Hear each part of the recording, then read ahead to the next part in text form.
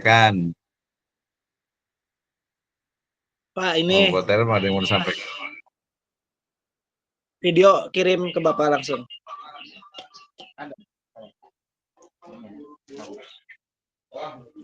Patah-patah. Kelihatan nggak? Ini pencahayanya keren emang ya, kelihatannya ini tapi pencahayanya bagus nih. Kayak kelihatan kan? Kelihatan, Pak. Kelihatan, Pak. Terima kasih. Kelihatan, Pak. Kelihatan. Kita izin untuk memulai ya.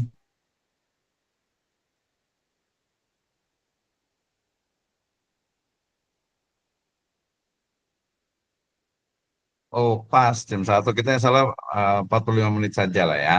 Saya itu selesai kalau nggak datanya udah cukup ya. Sudah di record, Ya, saya Pak. memastikan dulu. Oke, sudah.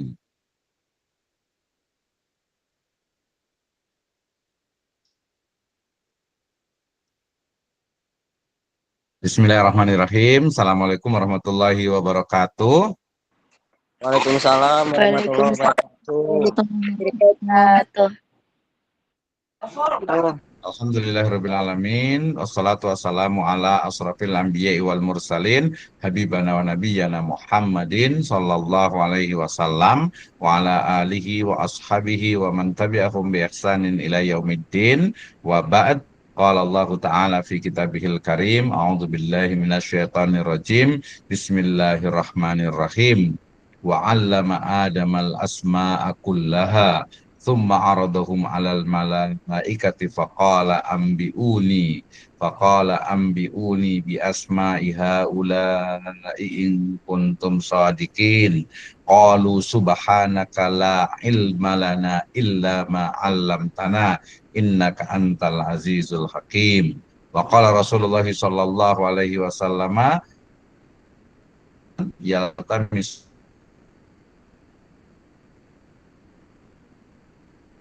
fihi ilman Allahu lahu bihi taqan ilal jannah.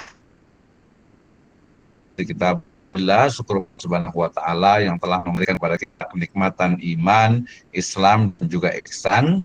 Kemudian salawat dan salam panjatkan kepada junjungan alam Habibana wa Nabiyana Muhammadin sallallahu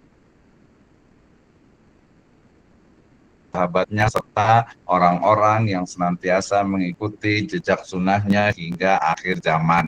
Saya ucapkan terima kasih kepada seluruh mahasiswa di program studi sarjana atau program studi pendidikan agama Islam, program sarjana Sekolah Tinggi Agama Islam Sirojul Falah Bogor. Ya, baik, terima kasih atas kehadirannya ya di mata kuliah Kapita Selekta Pendidikan Agama Islam. Ya, nanti presensi seperti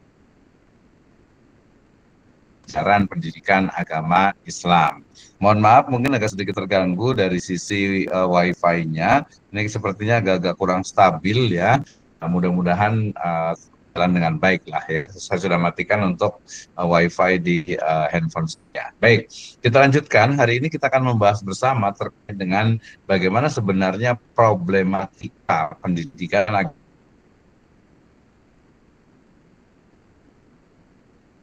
agama Islam di Indonesia ya. Kita mulai dari pemahaman bahwa pendidikan agama Islam itu bertujuan membentuk karakter dan moral bangsa.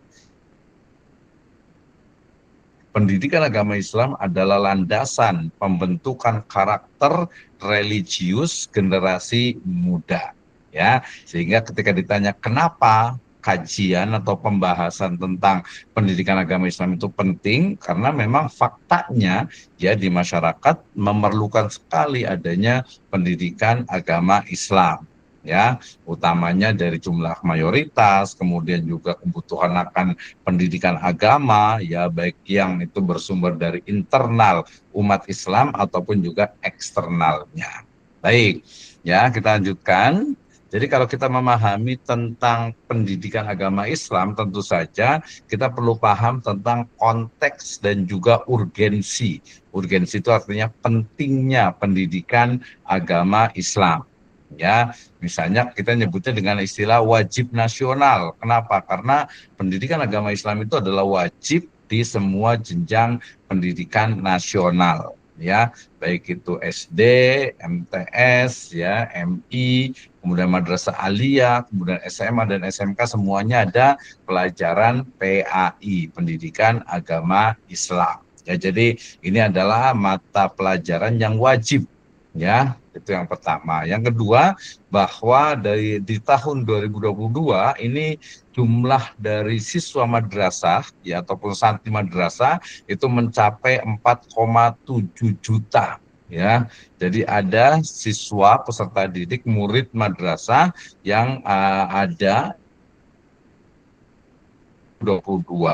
Nah, maknanya apa? Berarti ya banyak sekali, ya, generasi muda muslim yang mereka membutuhkan, memerlukan adanya pendidikan agama Islam. Oke. Nah, kemudian yang ketiga adalah era modernisasi, di mana pentingnya relevansi PAI di era modernisasi dan globalisasi saat ini, ya. Semakin berkembangnya gadget, ya, berbagai artificial intelligence sekarang, gitu ya, maka itu sangat-sangat harus di counter, ya, dengan pendidikan agama Islam, ya. Kemudian juga ada beberapa tantangan yang lainnya, biasanya terkait dengan moderasi, ya. Jadi bagaimana umat Islam, khususnya nanti generasi muda, diajarkan bagaimana kita itu ya saling menghormati, dan dalam Islam itu sudah ada, ya, sudah jelas sebenarnya kan, lakum dinukum waliyadin, ya, bagimu agamaku, bagimu agamamu, dan bagiku agamaku, itu kan sudah sangat,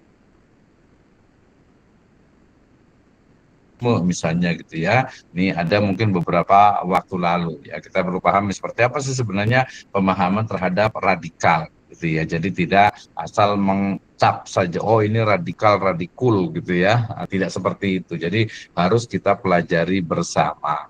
Oke. Nah, kalau kita bicara tentang problematika pendidikan agama Islam, ya, tadi kita mulai dari bagaimana konteks dan juga urgensi dari pendidikan agama Islam. Sementara kalau dilihat dari sisi kurikulum, ya, kurikulum sudah tahu, ya, ini sudah semester 4 harus tahu kurikulum, dan juga materi ajar, kita akan melihat bagaimana ternyata materi dalam pendidikan agama Islam memang cenderung sifatnya itu teoritis lah bahasanya, gitu ya. Jadi teoritis itu maksudnya cenderung materi cenderung itu teoritis, kurang kontekstual, gitu ya. Jadi kurang bermanfaat, ya, artinya kebermanfaatannya itu kurang ada, tapi kurang, ya. Kemudian misalnya sekarang juga banyak, ya, rumah Quran, ya, lembaga tahfidz dan sebagainya yang fokus kepada hafalan. Nah, ini satu sisi sangat luar biasa, ya, dengan program pesantren tahfidz, ya, program SDIT plus tahfidz, ya, kemudian juga menyebarnya rumah Quran itu sangat bagus sekali. Tapi kadang ketika beberapa pihak itu fokus kepada hafalan Al-Quran, ya, sering sekali penalaran, terutama dari sisi kritisnya, penalaran kritisnya itu kurang, gitu ya, karena fokus kepada hafalan. Nah, ini juga satu permasalahan yang harus dihadapi, gitu ya. Kemudian juga isu kontemporer, di mana saat ini belum optimal, ya,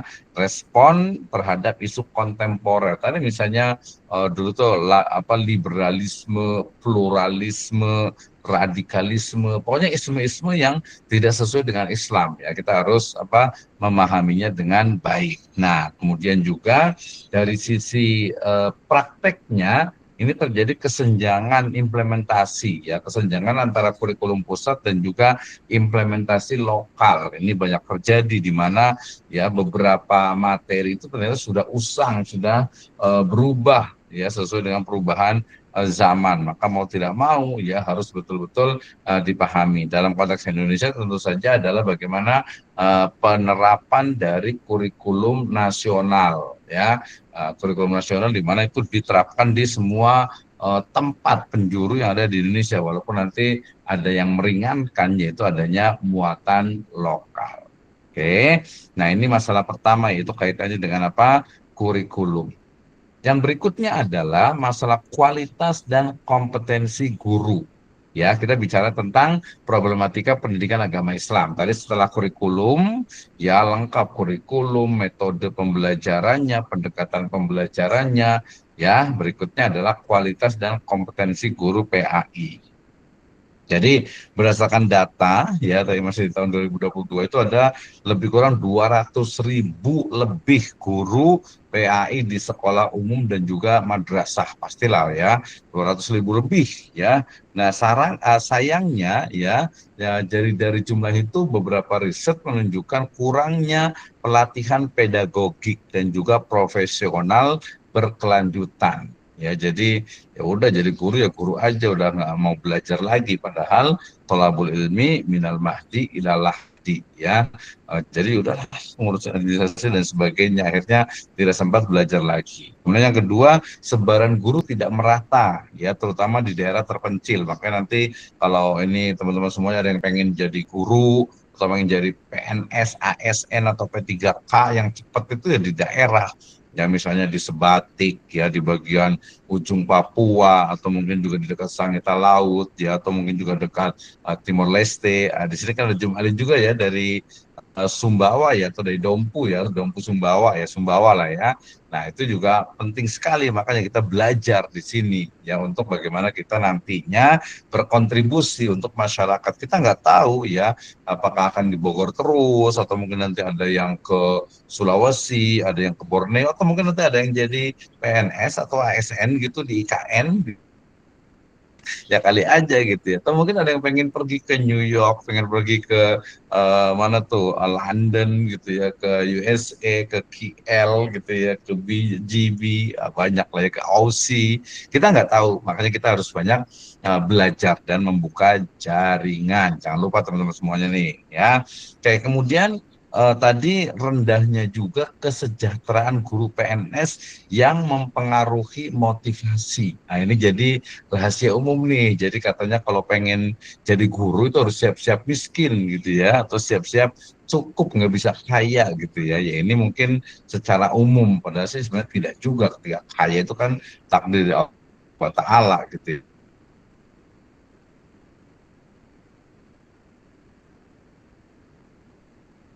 Ya, jadi bisa saja seorang guru kaya juga banyak pendukung atau fasilitas dan infrastruktur pendukung. Nah, ini paling banyak nih ya. Kebetulan saya juga ngajar di program Pasca Sarjana di Taisirajul Falah di PAI. Itu sebagian besar pesertanya atau mahasiswa paskanya ini adalah guru dan guru madrasah terutama dan juga pemilik yayasan dan kepala sekolah. Ya, ketika saya wawancara, sering sekali yang muncul itu adalah memang infrastruktur yang kurang gitu ya, infrastruktur sarana prasarana yang kurang mendukung bagi pembelajaran khususnya sekolah yang berbasis agama atau juga madrasah ya.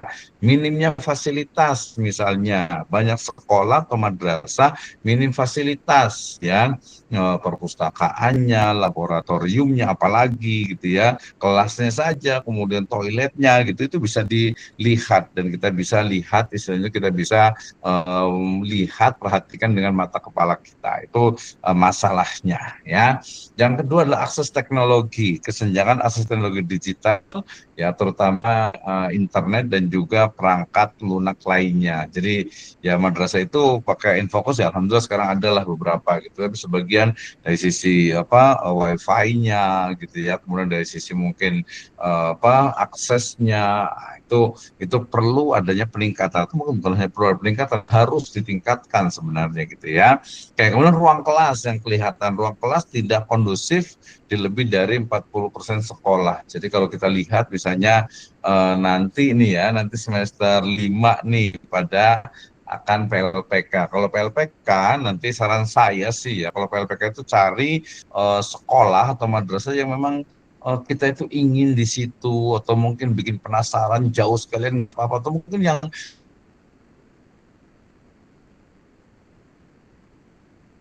terkenal sekali PLPK. Jadi kalau PLPK misalnya di MA Sirajul Falah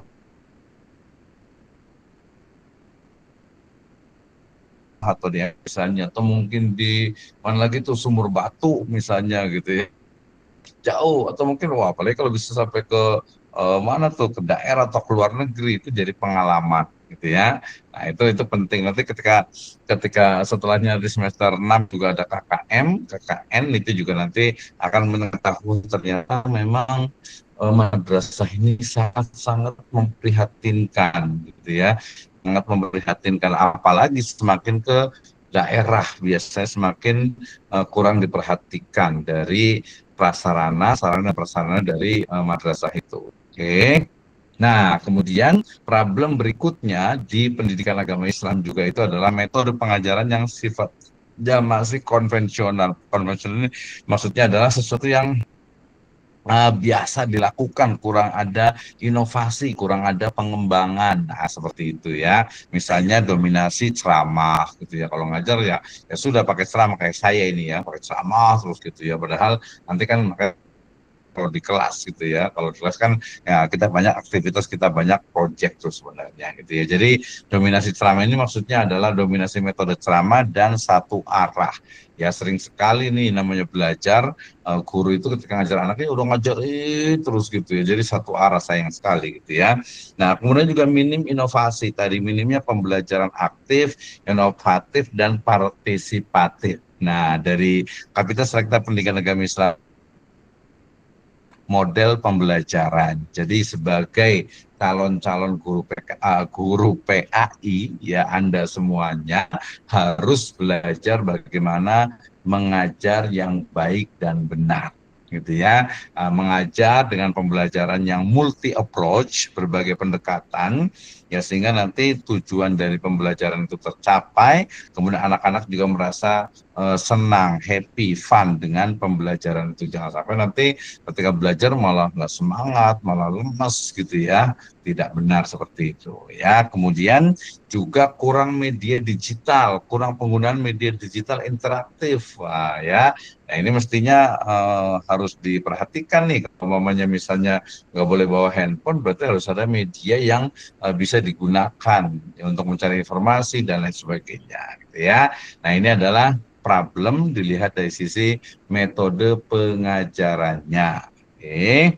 Berikutnya adalah integrasi PAI dalam sistem pendidikan. Kan kita sebenarnya sudah pahami ya bahwa sistem pendidikan nasional itu kan memang sudah mengandung di dalamnya itu atau tercakup dalamnya itu adalah pendidikan agama Islam. Nah, berarti di sini pelajaran pelengkap PAI sering dianggap mata pelajaran pelengkap, bukan mata pelajaran inti ya. Jadi di sistem pendidikan nasional itu ya seolah itu PAI udah pelajaran agama lah, sampingan aja, ditaruhnya itu nanti pas siang kalau udah pada ngantuk anak-anaknya dan sebagainya gitu. Kalau di sekolah umum beberapa gitu ya, nggak semuanya gitu. Jadi sayangnya PAI itu masih dianggap sebagai pelajaran pelengkap. Yang kedua, kurangnya koordinasi lintas sektor, terutama Kemenak dan juga Kemendikbudristek, sekarang menjadi Kemenristek Dikti ya, Kementerian Pendidikan, Ristek, dan juga pendidikan tinggi ya. Nah kemudian juga minimnya korelasi PAI dengan mata pelajaran umum. Nah ini nanti pentingnya ketika kita mengajarkan PAI, pendidikan agama Islam itu, dengan berbagai pendekatan, dengan berbagai contoh, dengan mengorelasikan, mengaitkan, menghubungkan dengan mata pelajaran yang lainnya, sehingga nanti PAI itu bisa lebih update. Oke. Kemudian citra eksklusif. Jadi citra PAI yang kadang dianggap eksklusif ya, kurang terbuka. Tadi salah satunya ketika ngajar agama ya udah masalah agama saja gitu ya, tidak yang lainnya. Padahal mestinya pembelajaran atau pendidikan agama Islam itu mestinya mengcover banyak hal, terutama terkaitan dengan kebutuhan dari peserta didik tersebut. Oke. Berikutnya, jadi dampak dari problematika PAI. Jadi berbagai permasalahan yang dihadapi oleh pendidikan agama Islam atau PAI di Indonesia ini ya tentu saja dampak pertama dari sisi pemahaman agama. Lulusan kurang memiliki pemahaman agama mendalam dan relevan ya. Ini juga kadang ada nih ya, karena belajarnya mungkin mata kuliahnya itu pendidikan, akhirnya nilai-nilai keagamannya itu, pemahamannya itu juga kurang ya. Apalagi mungkin kurang relevan, tahunya ya mungkin pemahaman-pemahaman klasik, sehingga ketika berhadapan dengan masa modern sekarang ini itu menjadi kurang ya. Oke, kemudian ada paham ekstrim juga nih, diantaranya rentannya siswa terhadap pemahaman agama ekstrim atau radikal. Ini sebenarnya kaitannya dengan pemahaman ya, seorang anak kan nanti mestinya diajarkan hal yang baik-baik gitu ya. Nah, jangan lupa dampak dari problematika PE ini juga adalah berpikir kritis, artinya rendahnya kemampuan berpikir kritis dan problem solving. Ini satu fenomena ya di masyarakat kita. Misalnya kemarin banyak viral tuh seorang anak SMA gitu ya, ketika ditanya Semarang itu ibu kota mana gitu ya, kotanya letaknya di mana nggak tahu gitu ya, sudah nggak tahu kemudian dijawabnya itu sambil tersenyum, jadi merasa apa, tidak merasa bersalah gitu ya. Nah, ini kan permasalahan gitu. Jadi penguasaan dari ilmu-ilmu umum itu di kalangan pemuda itu kurang. Ya, belum lagi mereka yang memang sudah dari kecil itu lahir itu sudah mengenal handphone. Nah, ini jadi permasalahan yang cukup mengkhawatirkan. Oke. Kemudian nilai dan juga praktek, kesenjangan antara nilai agama dan juga praktik sosial, ini penting nih ya. Jadi bagaimana pemahaman agama itu kemudian bisa dijelaskan atau bisa dikaitkan dengan apa, praktek sosial yang ada. Oke. Nah, ini dampak dari problematika pendidikan agama Islam. Yang berikutnya adalah solusi dan juga rekomendasi perbaikan. Ya, jadi setelah kita memahami, oh ternyata permasalahannya banyak sekali nih di pendidikan agama Islam. Ya, terus solusinya bagaimana? Rekomendasi perbaikannya bagaimana? Pertama kita lihat. Ya, jadi pertama adalah kaitannya dengan kurikulum. Maka jawabannya, solusinya adalah reformasi kurikulum. Ya, dengan misalnya pendidikan agama Islam yang inklusif, ya kontekstualisasi dari materi-materi pembelajarannya, kemudian juga melatih peserta didik untuk berpikir kritis gitu ya, dan juga nanti bagaimana menstimulus ya peserta didik itu agar memiliki semangat yang tinggi untuk belajar. Oke.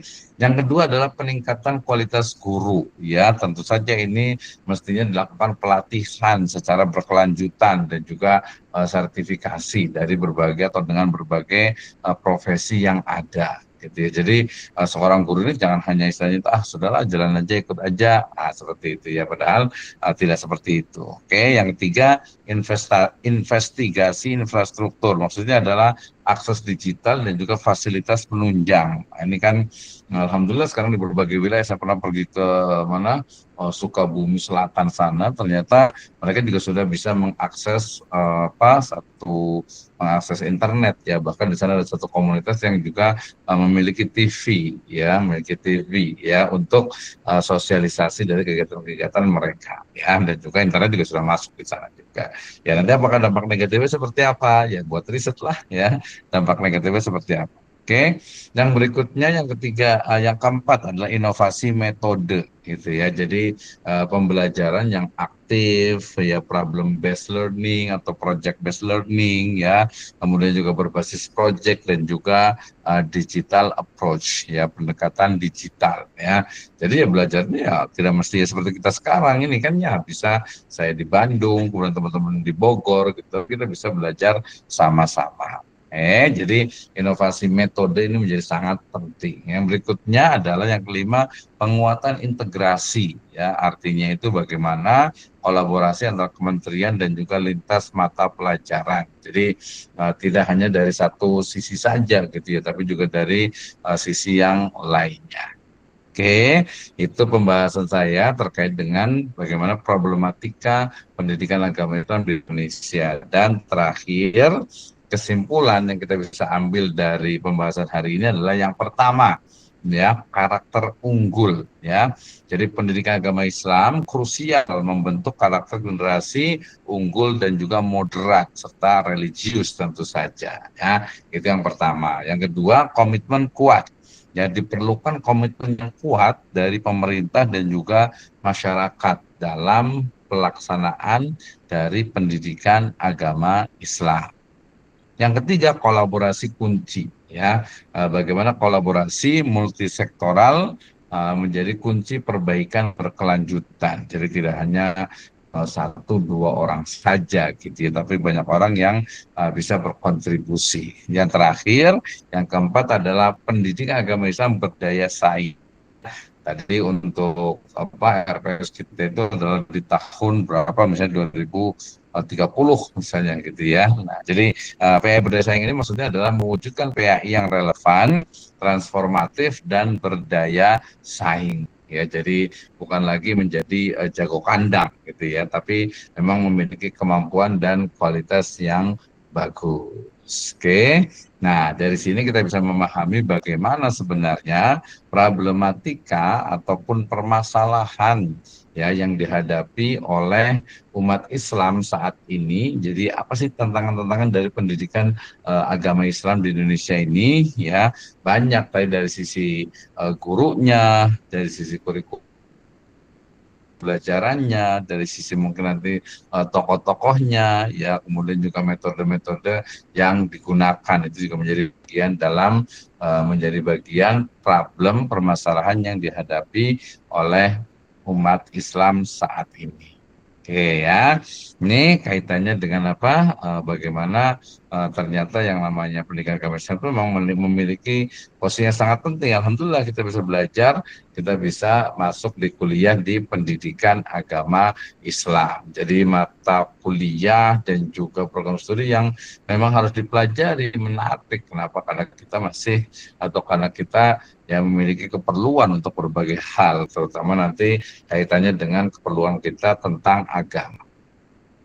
Nah, seperti itu terkait dengan materi hari ini ya. Jadi ketika ditanya bagaimana problematika ya dari mata kuliah Kapita Selekta Pendidikan Agama Islam, ya, kita boleh bagi misalnya dari sisi pendidikan atau mungkin dari sisi anaknya atau siswanya, itu yang pertama. Yang kedua dari sisi mungkin gurunya berarti termasuk metode yang digunakan, pendekatan yang digunakan, kemudian juga apa istilahnya itu teknis dalam pembelajaran gitu ya, itu juga perlu dijelaskan.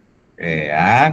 Kemudian tadi gurunya, kurikulumnya, siswanya, infrastrukturnya, sarana prasarananya gitu ya, sampai hal-hal yang sifatnya kecil ya, tapi tidak nampak, tapi itu menjadi sangat penting untuk dipahami terutama oleh umat Islam. Oke, sampai sini mudah-mudahan bisa jelas gitu ya, terutama di mata kuliah Kapita Selekta Pendidikan Agama Islam. Jadi Kapita Selektanya fokus kepada problematika permasalahan yang dihadapi oleh pendidikan agama Islam khususnya yang ada di Indonesia. Misalnya tadi tentang apa ya, misalnya tentang moderasi beragama gitu ya. Nah itu kita perlu pahami, jangan asal ikut-ikutan saja gitu ya. Oh ternyata memang ada nih gitu ya. Jadi perlu lebih jelas. Oke ya, sudah jam berapa nih? 20.30. Ya, itu materi dari saya dan mungkin kalau ada yang mau ditanyakan ya atau mungkin ada yang mau disampaikan silahkan. Saya kasih waktu nanti untuk bertanya lebih kurang ya 10 sampai 15 menit ya terkait dengan materi kita dan juga mungkin nanti kalau ada presentasi nanti kayaknya sih offline aja ya, insya Allah Selasa depan lah ya. Selasa depan kita bisa presentasi untuk masing-masing kelompoknya. Ya, jadi nanti kalau pakai ini kayaknya khawatir kurang clear, kurang jelas performance-nya. Tapi kalau saya bisa ngeliat langsung, nanti bisa saya kasih nilai juga, nah, itu lebih mudah. Ya, jadi memang untuk melatih dari kemampuan ide dan gagasan kita dalam ya atau dengan melalui media yaitu lisan. Baik, sampai di sini ada yang mau ditanyakan silahkan, sudah 20.30 kita masih ada waktu sekitar 10 sampai 15 menit.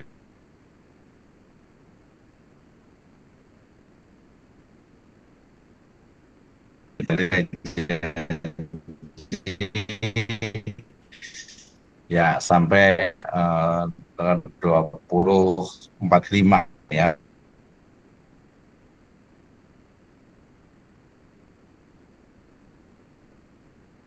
Gila, saya ini kayaknya agak suka hilang-hilang ya. Baik, silakan ada yang mau bertanya. Terima kasih untuk yang sudah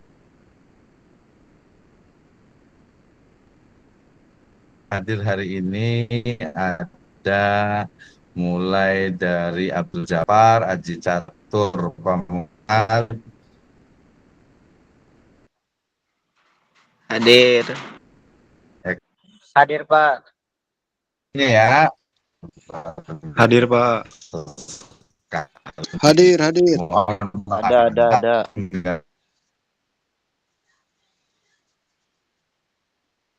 ganggu waktunya. Jadi menambah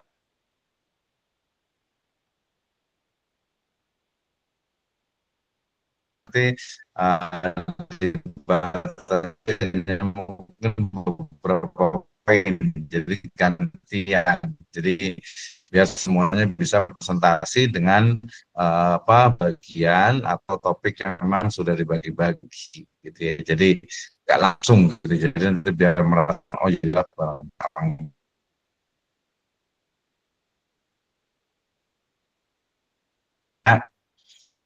ada yang mau ditanyakan nggak, Muhammad Rafi dan juga yang lainnya? Please have question, ask me, and we can discuss ourselves. Sepertinya tidak, Pak. Kalau Karena jaringan tidak mendukung. Tidak, Pak. Soalnya jaringan tidak mendukung, Pak.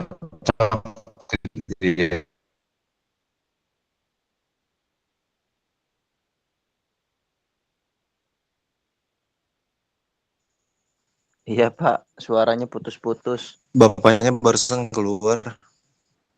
Ya, bapaknya. Ya, udah ya. Bye-bye dah. Angkat dah. Belum penutupan udah keluar lagi. Iya, ngomong.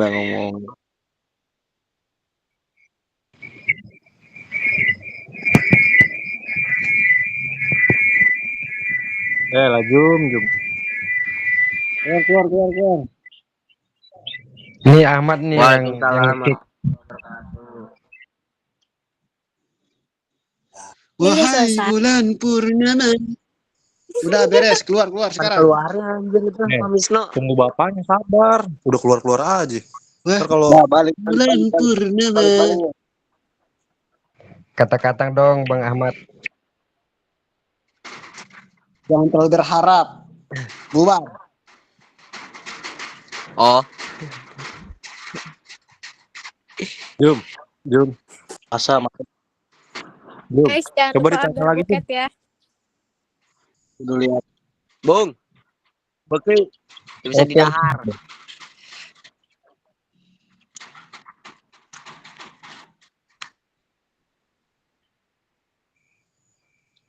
Pak maaf Pak, mic-nya belum nyala Pak. Baik, terima kasih untuk semuanya. Jazakumullah khairan wa timamikum. Kita tutup dengan alhamdulillah dan doa kafaratul majelis. Alhamdulillahirabbil alamin. Subhanakallahumma bihamdika asyhadu an la ilaha illa anta astaghfiruka wa atubu ilaik. Allahumma ila qamit thoriq. Wassalamualaikum warahmatullahi wabarakatuh. Waalaikumsalam. Terima kasih Pak. Bapak. Oke, terima kasih. Maaf ya lahir batin.